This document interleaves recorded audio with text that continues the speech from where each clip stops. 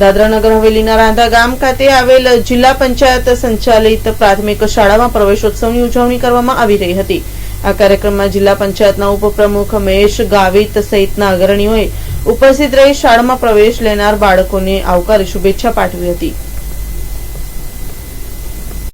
પવિત્ર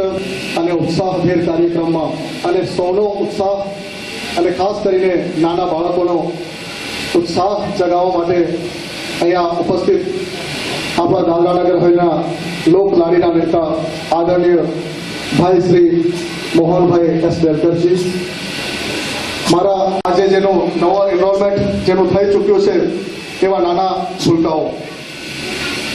મિત્રો, આપ સૌ જાણો છો કે શિક્ષા જ એક એવું માધ્યમ છે,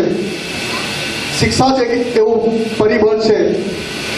જેના થકી તમે વિશ્વ પટલ પર તમારી પહેચાન કરાવી શકો છો,